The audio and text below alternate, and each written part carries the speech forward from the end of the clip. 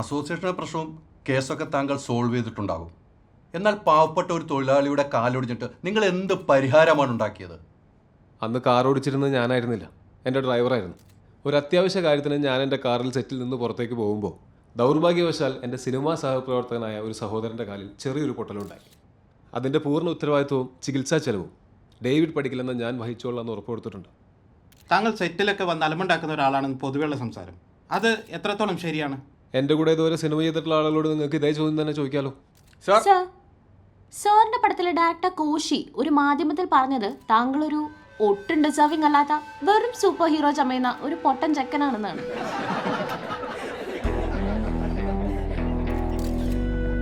അത് അദ്ദേഹം തന്നെ നിഷേധിച്ചിട്ടുണ്ട്. അപ്പൊ കോശി സാറിന്റെ പടം റീസ്റ്റാർട്ട് ചെയ്യുന്നുണ്ടോ? അതൊരു ക്ലോസ് ചാപ്റ്ററാണ്. സോറി, ഞാനായിട്ട് ക്ലോസ് ചെയ്തൊരു ചാപ്റ്ററാണ്. മഞ്ഞൾ വിരിഞ്ഞ പൂവ് സെറ്റിൽ പ്രശ്നം ഉണ്ടായപ്പോൾ താങ്കൾ ഒളിവിൽ പോയത് താങ്കളുടെ ഭാഗത്ത് ശരിയില്ലാത്തതുകൊണ്ടല്ലേ? ഞാനൊരു ട്രിപ്പ് പോയതാണ്. ഒളിവിൽ പോകാൻ ഞാൻ ക്രിമിനലൊന്നുമല്ല. താങ്കളുടെ ഒരു കാലത്ത് ഏറ്റവും വലിയ ഹിറ്റ് ജോഡിയായിരുന്ന നടി ആൻബാഗ, അവരോടൊപ്പം മറ്റൊരു സിനിമ വരാത്തത് എന്തുകൊണ്ടാണ്? എല്ലാ സിനിമയിലും ഒരാൾ തന്നെയാവണോ നായിക? അല്ല, നിങ്ങൾ തമ്മിലൊരു ബന്ധം വെച്ച് ചോദിച്ചാണ്. ശരി, മറ്റുള്ളവരുടെ പേഴ്സണൽ ലൈഫിലേക്ക് ഒളിഞ്ഞു നോക്കുന്നത് നിങ്ങളുടെ തൊഴിലായിരിക്കും, പക്ഷെ അതെന്റെ തൊഴിലല്ല. ഞാൻ പറഞ്ഞാണ് ഫേസ്ബുക്കിൽ ഒരു പോസ്റ്റ് ഇട്ടാൽ മതി. അപ്പോഴാണ് തനിക്ക് സാഹചര്യം ഒന്ന് സ്മൂത്ത് ആക്കാൻ വേണ്ടി. എന്ത് സാഹചര്യത്തിലും? അപ്പൊ തനിക്ക് പ്രസ് മീറ്റ് ഉണ്ടാക്കാൻ പറ്റും. ഇതെങ്ങനെ സോർട്ട് ചെയ്യും? ഈ സാഹചര്യം ഞാൻ സോർട്ട് ചെയ്യാം. തന്നെ താൻ അങ്ങോട്ട് പോയി സോർട്ട് ചെയ്താൽ മതി, എന്നെ വിളിക്കണ്ട. Good morning. ഹലോ, നീ എന്താ ഇവിടെ? എന്ത്? അല്ല, ഇയാളെന്താ ഇവിടെ? അഭിനയ പഠനം. ഞാൻ ഫുൾ പ്രിപ്പയർഡ് ആണ്, സെറ്റാക്കാം. അപ്പൊ ഇയാളല്ലേ ഈ വണ്ടി ഓടിക്കുന്നത്? അല്ല, ഈ കൂടെ വണ്ടി ഓടിക്കാനൊക്കെ ഒരു തട്ട് മുട്ടോ ചെയ്യുന്നൊക്കെ ഒരു പേടിയാണ്. പിന്നെ എനിക്കൊരു ക്ലച്ചും വേണം, അതുകൊണ്ടാ.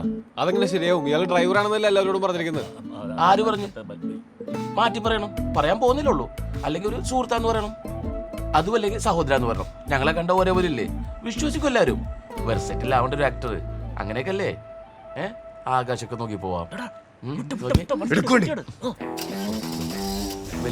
സൗണ്ട് വരില്ലേ?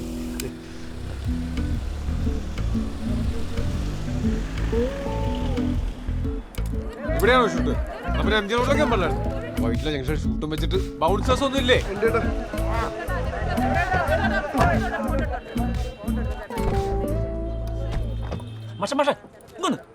എന്തായി പറഞ്ഞെന്തായി?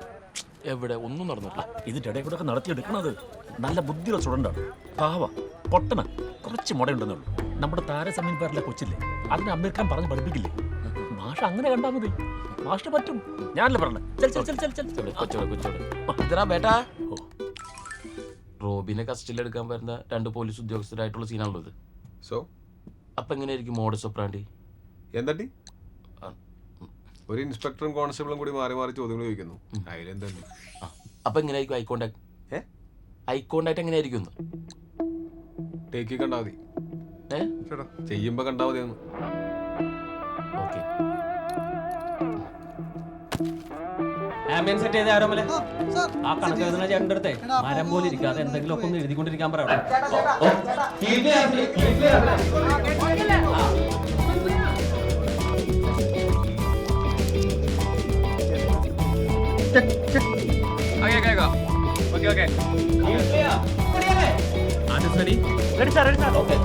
രതീഷേ, clap in, clap out, and action.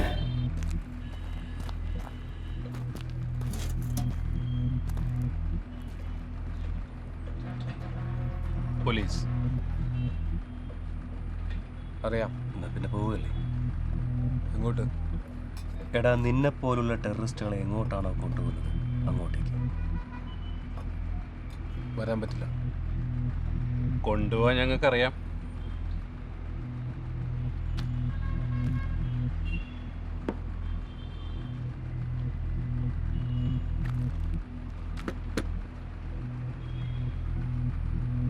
അതച്ചേത്വം ഇമം ധർമ്മ്യം സംഗ്രാമം ന കരിഷ്യസി തദ സ്വധർമ്മം കീർത്തിം സഹിത്വ പാപം അവാപ്സ്യസി. ഈ ടേക്കിനാണോ സംസാരിക്കുന്നത്? ഇതൊന്നും നോക്കാൻ അവിടെ ആരുമില്ലേ? ഞാൻ ഇങ്ങോട്ട് വരാം.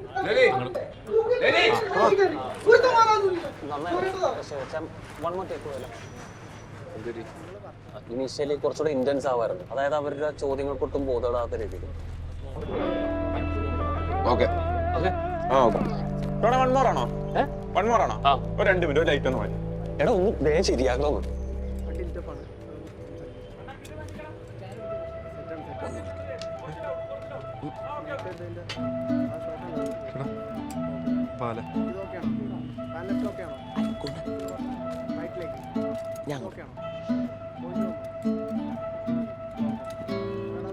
അതെ, ഐ കോണ്ടാക്ട് ആണ് പ്രശ്നം.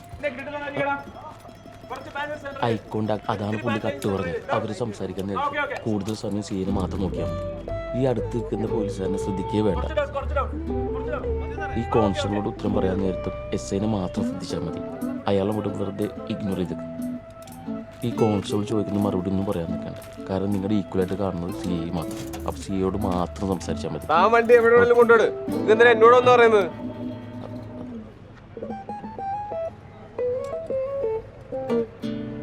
തള്ളത്തേക്ക് ഇട്ടാൽ മതി.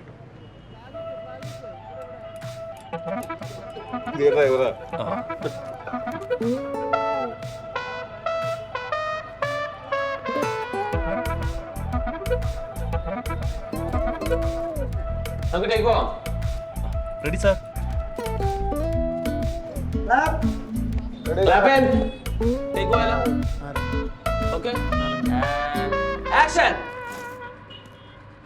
അതെ, ഐ കോണ്ടാക്ട് ആണ് പ്രശ്നം. Eye contact പിടിപ്പിക്കല്. പോലീസ് കൂടുതൽ സമയം സീന് മാത്രം നോക്കിയാൽ മതി. നിന്നെ പോലുള്ള ടെററിസ്റ്റുകളെ എങ്ങോട്ടാണോ കൊണ്ടുപോകുന്നത്? വരാൻ പറ്റില്ല. ഈ അടുത്ത് നിൽക്കുന്ന പോലീസുകാരനെ ശ്രദ്ധിക്കുകയേ വേണ്ട. ഈ കോൺസ്റ്റബിൾ ചോദിക്കുന്ന മറുപടി ഒന്നും പറയാൻ നിൽക്കണ്ട, കാരണം നിങ്ങളുടെ ഈക്വലായിട്ട് കാണുന്നത് CI മാത്രം. കൊണ്ടുപോകാൻ ഞങ്ങൾക്ക് അറിയാം. ഈ ഐ കോണ്ടാക്ട് അങ്ങോട്ടും ഇങ്ങോട്ടും പോകുന്നതുകൊണ്ടാണ് പെർഫോമൻസ് ഭയങ്കര വീക്കായിട്ട് തോന്നുന്നത്. അതുകൊണ്ട് ഷാർപ്പായിരിക്കണം നമ്മൾ നോക്കണം. കൺഫ്യൂഷൻ വേണ്ട, അത്തേണ്ടി പറഞ്ഞ് കേൾക്കണ്ട. ഫോക്കസ്. എനിക്കൊരു ബ്രേക്ക് വേണം. 5 മിനിറ്റ്.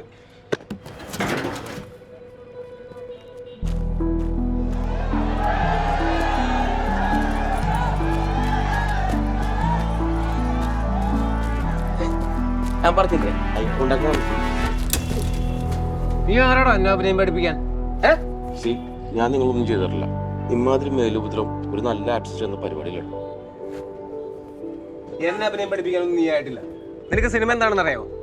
ക്യാമറ എവിടെയാണ് ഇരിക്കുന്നത്, ഏത് ലെൻസാണ്, ഇതൊക്കെ നോക്കിയിട്ടാണ് അഭിനയിക്കുന്നത്. അല്ലാണ്ട് നിന്റെ സ്റ്റേജിലെ പരിപാടിയല്ല. അല്ലാത്ത ഒരു ആക്ടിങ്ങിന്റെ തന്നോട് ഞാൻ ആക്ടിങ് ചോദിച്ചോ?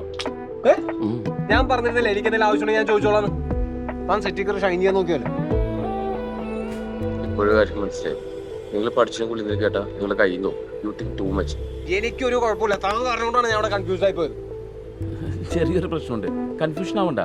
Getting confused is the beginning of learning. നമുക്ക് ശരിയാക്കാന്നേ. ഒരു ശരിയാക്കണ്ട, മതി തന്റെ സേവനം, വിട്ടോ. അതെ, സേവനമൊന്നുമല്ല, ഇതെന്റെ ഡ്യൂട്ടിയാണ്. അത് നോക്കിയേ, ഇതിനെ അല്ല നിങ്ങളും കൂടി സൈൻ ചെയ്തിട്ടുണ്ട്. പിന്നെ എന്നെ ഇങ്ങോട്ട് വിളിച്ചത് നിങ്ങളാണ്.